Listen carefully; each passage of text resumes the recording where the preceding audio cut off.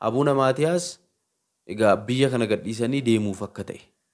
Biyya kana gadhiisanii deemanii Siinodoosii Tigraay guutummaan guutuutti raggaasisanii Siinodoosii kanarraa adda bahuuf akka qophaa'an dhagahameera jechaadha.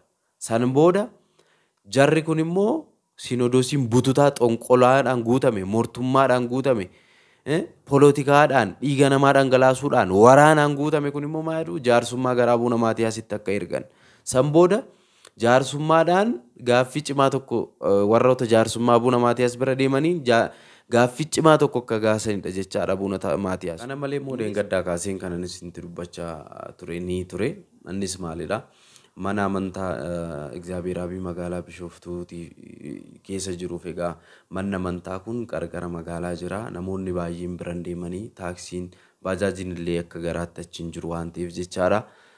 Kana malee namoonni naannoo kanatti argamtan luba afaan Oromoo dubbatu yoo barbaadan, abbaa gaabbii afaan Oromoo barbaadan, afaan Oromoodhaan tajaajiluuf tajaajilamuu yoo barbaadan mana amantaa kana koottaa. Manni amantaa kun walumaa galatti kan dubbatamu afaan Oromoodhaa kan ittiin tajaajilamu jechaadha.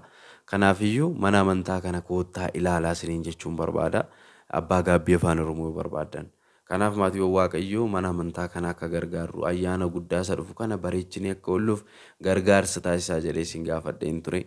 Egaa Waaqayyoof yeroo ta'u dugda garagalchannaa isa kaan osoo ta'e immoo jajuuf akka namni nu jajuuf hannu dursu hin jiru hin girrisna ture jechaadha. Akka hojjennu humna kan nuuf kennis Waaqayyo. Dukkana kaleessaa dabarsee har'aatti kan nu dabarsis Waaqayyo. Akka hojjennee hirkoo ta'ee humna ta'ee egaa dafqa keenyaanis haa ta'u beekumsa keenyaan akka hojjennee of jijjiirru kan nu gargaare Waaqayyo. Akka kenninus kan nu gargaaru Waaqayyo waan ta'eef isaaf yeroo jedhamu maaliif dugda garagalchattu? Kanaaf kan dursi kennamuuf dursaa kennamu jechuudha. Jarri kun kan isin ajaa'ibu amma isaan afaan qabna jedhanii asitti dhufanii phaaphaasotanii kan ceephaan seeraan ala muudamanii ina waggasnaa maaliidhaan jedhaman ikkoo isaanis ikkoo seeraan ala muudaman isin ajaa'ibu. Abuna Phexros fa'aa seeraan ala muudaman akkamittidha? Isaanis biyya alaatti jechaadha. Siinodoosii biyya alaa ture wajjin kan biyya keessatti dhufan. Isaanis ikkoo of dandeenyeerra jedhanii siddatenyaaf Siinodoos jedhanii biyya alaatti of gurmeessanii siddatenyaaf Siinodoos jedhanii kan achitti biyya alaatti tajaajilaa turanii faannoo qabatanii akka barbaadan egaa akka amaarummaa isaaniitiin akka barbaadan kan gochaa turanidha jechaadha. Yeroo karaa muummicha ministeeraa araarri bu'e sun gara biyyaatti galanii asuma walitti dabalamanii aangoo keessa kan galan isaanis higgawatti awwaggazamuu kan qabanidha jechuudha. Addis Ababa hagara sibkata sadanii waaman kana keessatti immoo dhalattoota Tigraay kan ta'an luboota, daaqonoota, bulchitoota mana amantaa hunda hiisisaa kan turan hubadhaa hiisisaa kan turanidha jechaadha isaan kun. Hiisisaa kan turan achitti immoo ni beektu dirree waraanaa deemuudhaan ajjeesisaa kan ture uummata Tigraay jechaadha. Amma immoo maal jedha seetan? Luboonni adda waraanaa ni deemu rakkina hin qabuudha. Maaliif yeroo dhamu immoo Yuukireenii fi Raashaa waraana Yuukireenii fi Raashaa wal bira fide ilaala. Raashaanis ortodoksonni akka jiranitti ortodoksoota Yuukireen keessas ortodoksoonni jiru. Garuu wattaaddaroonni Raashiyaa hundi isaanii qorrobuu manni amantaa bakka bakkatti socho'ullee baatamee fi deemaa kadhannaadhaan sirriitti jabaatanii kan dhaabbatanidha isaan. Manni amantaayyuu isaaniif egaa manni amantaa socho'aanuu isaaniif baatamee deemaa luba miti manni amantaayyuu isaan faana deema maal rakkoo qabaan yoo hin deemedha. Sammuu furriidha kun isinitti himaan. Itoophiyaan suni Sudaan faana moo Gibxi faana wal lolte seema? Yoo ta'u biyya kanatu tuqamee jedhama. Amma Tigraay fi mootummaan kun wal lolanii hubadhaame biyya tokko keessa namoota jiran namoota biyya tokko keessatti waamamantu obbolaatu wal lole. Hubadhaa obbolaatu wal lole kun immoo Tigraayin akka biyya biraatti akka Afrikaa biraatti yookaan immoo akka Itoophiyaa irraa cittee jirtutti akkas taasisee kutee laalamee sanyummaa nu laalaas keessa jira. Akkasitti maal rakkina qabaadhee Raashaa fi Yuukireen walitti fida jechaadha. Raashaan biyya biraa, Yuukireen biyya biraa. Argitanii? nama dhiigni namaa akkana isa godhu. Nama gonkumaa abbummaan amantaa isarra hin jirre. Waan badee. Hubadhaa. Kana kun amma mana amantaatii yaa'utti abbaan inni fannoo Kiristoos lafa kaa'ee shugguxii qabate amma mana amantaatii bahutti manni amantaa keenya nagaan taatu.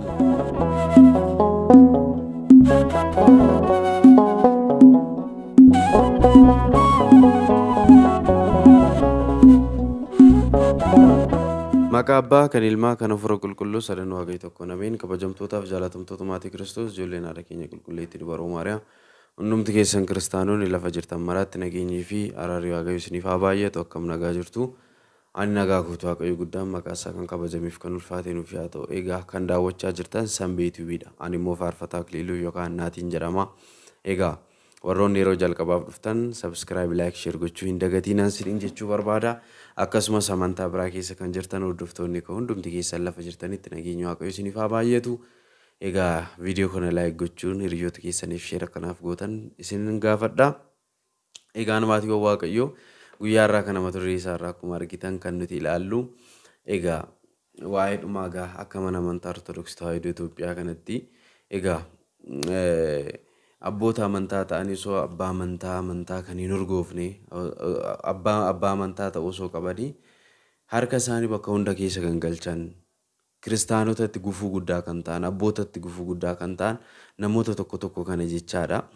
Kan isaan dubbataniif deebii quubsaa yerootti kennudha jechaadha. Kanaaf sababbii isaa Sanbeen TV namoonni baay'een ilaaluu isaan biras ni gaal jedhee waan yaaduuf egaa namni badii kaleessa balleessee irraa dhiifamaan deebi'uudha malee badii isaa kaleessaa irra fakkeessee egaa har'a ukkaamseetuma bira dabarsuu hin qabu jechaadha. Maaliif nama ta'e kan hin dogongorre hin jiru. Haa ta'uutii garuu dhiifamaani. Namaan gaabbii galaa jedhanii ofii gaabbii baqachuun gaarii miti waan ta'eef jechaadha. Kanaaf kana malee immoo waa'ee abbaa keenya Abuuna Maatiyaas Paatriyaarkii mana amantaa Ortodoksii waa'ee isaanis waan xinnoo ni haasofna. Kana malee immoo kiristaanonni hunduu egaa adda baasaa jiru. Poolitikaa mana amantaa kana keessa seenee amaaraayizeeshinii mana amantaa kana seenee jiru kana kiristaanni Itoophiyaa hunduu baraa jiru. Amma jechaadha irra caala baraniiru. Hojiin isaanii maal akka ta'e amma baraniiru. Egaa keessattuu immoo muudamni abboota Tigraay kunis wantoota baay'ee mul'isaa jira. Wantoota baay'ee agarsiiseera waan ta'eef kana wajjin ilaalla jechaadha. Egaan hundumti keessan lafa jirtanitti akka nafaana taatan maqaa Waaqayyootiin isiniin gaafadha. Kana malee immoo deengaddaa kaaseen kanan isinitti dubbachaa ture. Innis maalidha? Mana amantaa Egzaabeeraabii magaalaa Bishoftuutii keessa jiruuf egaa manni amantaa kun qarqara magaalaa jira. Namoonni baay'een biran deemanii taaksiin baajaajiin illee akka garaatti achi hin jiru waan ta'eef jechaadha. Kana malee namoonni naannoo kanatti argamtan luba afaan Oromoo dubbatu yoo barbaaddan abbaa gaabbii afaan Oromoo barbaaddan afaan Oromoodhaan tajaajilamuu yoo barbaaddan mana amantaa kana koottaa manni amantaa kun walumaa galatti kan dubbatamu afaan Oromoodhaa kan ittiin tajaajilamu jechaadha.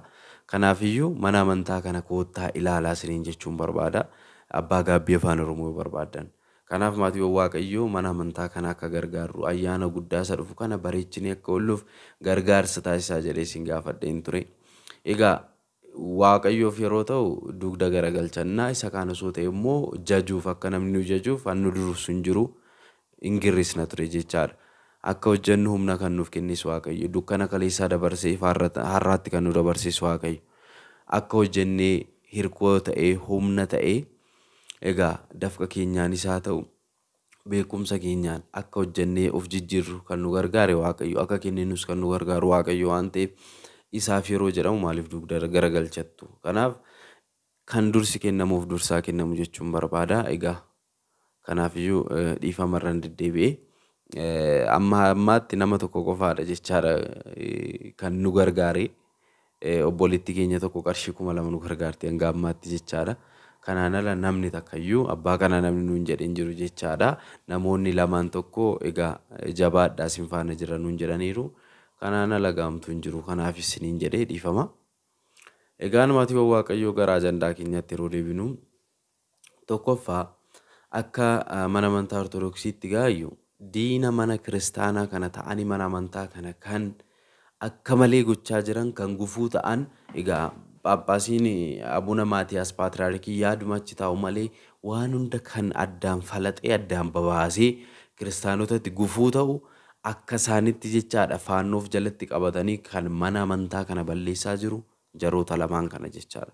Abuna Abrahaamii fi Abuna Phexros namoota dhaman kana. Abuna Phexros barreessaa kutaa olaanoo xaqlaa beeta kinetii isa jedhamu jechaadha. Mana lubummaa waliigalaa barreessaadha.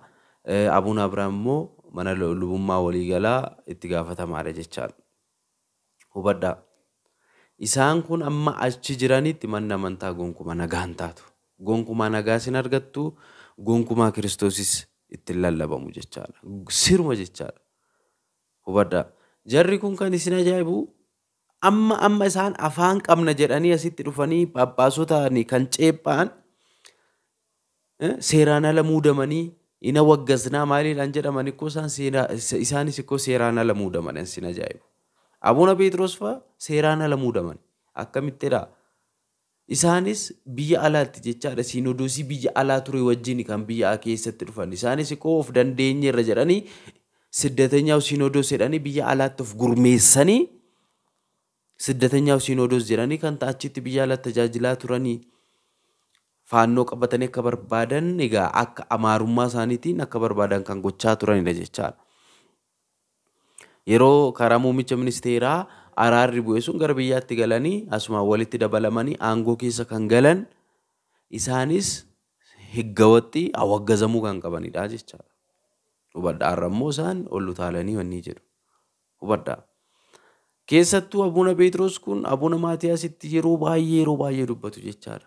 Miidiyaa irra bahaniis jechaadha. Yaada mataa isaanii kan mana amantaa sun bakka hin buune. Akka barbaadanitti xephexxebaa oolu jechaadha. Hubadhaa. Mana amantaa kana luka tokkoon dhaabaniiru, balleessaniiru, jigsaniiru jechaadha. Kanaafiyyuu amma jarri kun achi hin baanetti gonkumaa manni amantaa kun nagaan taatu jechaadha. Kana malee immoo namitti abbaa isaan jedhamtu kana abbaa ila Yesuus. Namichi kun immoo ni beektu yeroo waraana Tigraay achi deemee achi uummata fixaa ture ajjeessaa ture as Finfinnee mana lubummaa Finfinnee keessa immoo Addis Ababa hagara sibkati sadhanii waaman kana keessatti immoo dhalattoota Tigraay kan ta'an luboota daaqonoota bulchitoota mana amantaa hunda hiisisaa kan turan. Hubadhaa hiisisaa kan turanidha jechaadha isaan kun. Hiisisaa kan turan achitti immoo ni beektu dirree waraanaa deemuudhaan ajjeesisaa kan ture uummata Tigraay jechaadha. Amma immoo maal jedha seetan? Luboonni adda waraanaa ni deemu rakkinan qabuudha. Maaliif yeroo dhamu immoo Yuukireenii fi Raashaa waraana Yuukireenii fi Raashaa wal bira fide laala. Raashaanis ortodoksonni akka jiranitti ortodoksoota Yuukireen keessas ortodoksoonni jiru. Garuu wattaaddaroonni Raashaa hundi isaanii qorrobuu manni amantaa bakka bakkatti socho'ullee baatamee fideemaa kadhannaadhaan sirriitti jabaatanii kan dhaabbatanidha isaan. Manni amantaayyuu isaaniif egaa manni amantaa socho'aanu isaaniif baatamee deemaa.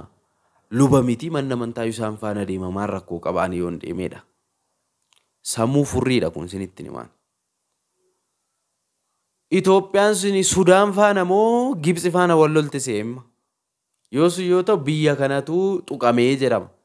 Amma Tigraay fi mootummaan kun wal lolanii hubadhaame biyya tokko keessa namoota jiran namoota biyya tokko keessatti waamamantu obbolaatu wal lole. Hubadhaa obbolaatu wal lole kun immoo Tigraayin akka biyya biraatti akka Afrikaa biraatti yookaan immoo akka Itoophiyaa irraa cittee jirtutti akkas taasisee kutee laalamee sanyummaan ulaalaas keessa jira. Akkasitti maal rakkina qabaadhee Raashaa fi Yuukireen walitti fida jechaadha. Raashaan biyya biraa Yuukireen biyya biraa. Argitanii nama dhiigni namaa akkana isa godhu. Nama gonkumaa abbummaan amantaa isarra hin jirre. Wambadee. Hubadhaa. Kana kun amma mana amantaatii yaa'utti Abbaan inni fannoo Kiristoos lafa kaa'ee shuggutii qabate amma mana amantaatii bahutti manni amantaa keenya nagaan taatu. Abuuna Maatiyaas irrattis akkatti inni dubbachaa jiru. Akkatti fokkoru. Sanyummaa isaaniitiidha. Yeroo Oromiyaa sun kan isaan durseen jiru dubbachuuf jedhan. Yeroo sunis abbaan keenya dirqisiifamaniiti. Kana hunda waan dubbatanis hin qabani. Yeroo Tigraay Phaaphaasii muddu maaliif cal jedhanii jedhan. Maaliif cal jedhu ree? Egaa waa'ee abbaa Maatiyaas irrattis waa xinnoo ni haasofna. Kanas isiniin jedhe maalidhaa? Abuuna Maatiyaas egaa biyya kana gadhiisanii deemuuf akka ta'e. Biyya kana gadhiisanii deemanii Siinodoosii Tigraay guutummaan guutuutti raggaasisanii Siinodoosii kanarraa adda bahuuf akka qophaa'an dhagahameera jechaadha.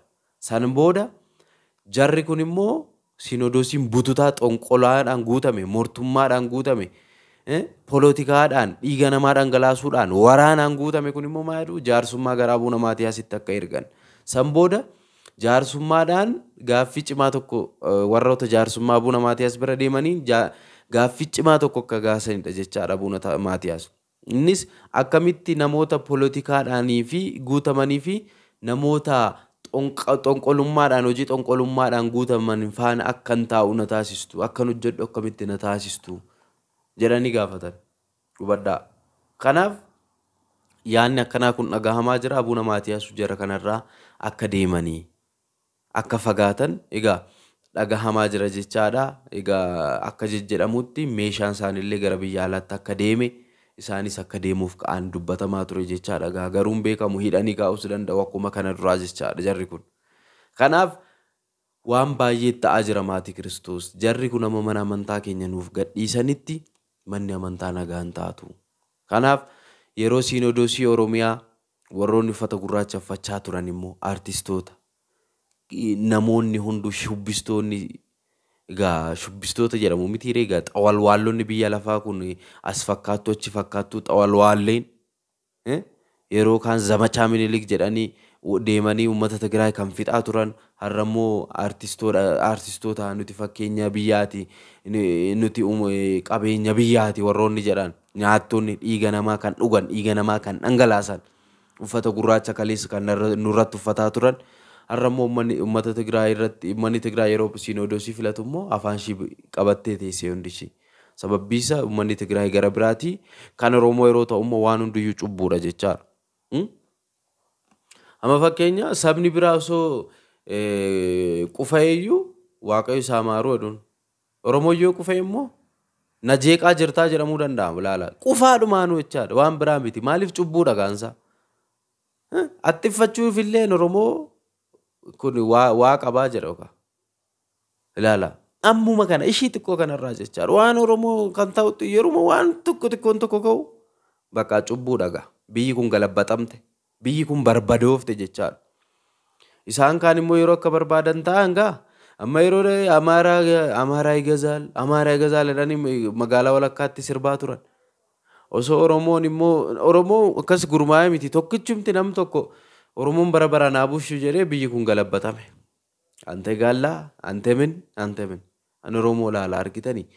Haa ta'u naannee duriyyuu egaa waanuma gaarii irratti mitiira waan hundumaan baay'atu. Ijji hunduu kan dhufu waanuma isa gaarii sun irratti jechaadha. Isa dhaggeettii qabutti. Isa nama hawwatutti. Sinii galee. Yeroo hunda kan egaa girrisni itti baay'atu isa dhugaa qabutti jechaadha. Kanaaf Waaqayyo egaa karaa hundaanuu nu gargaara. Waaqayyo ammas nu haa gargaaru. Egaara deddeebi'ee ammas kanan jedhu dhugaa dubbachuuf amma jarri kun mana kiristaanaa keenya gadhiisanitti nageenyi mana kiristaanaa kanan jiru. Biyyi kun nagaan taatu. Hattoonni dhiiga dhangalaastoonni saamtonni kun amma kaanitti jechaadha. Kanaaf Waaqayyo akka gaarummaa isaatti kan nuuf ta'u nuuf haa kennu siniin jedha. Egaa Waaqayyo hanga ammaatti kan nufaana ture maqaa isaa kan kabajameef kan ulfaatu nuuf haa ta'u. Araarsummaan Dubroo Maariyaam eegumsi ergamootaa kadhannaan qulqullootaa jaalalluu qabutootaa hunduma keessa faanaa ta'u hunda caalaa arjummaaf dhiifamnu Waaqa keenya baraan nu faanaa jiraatu galatooma ulfaadhaa galanni Waaqayyoof ameen.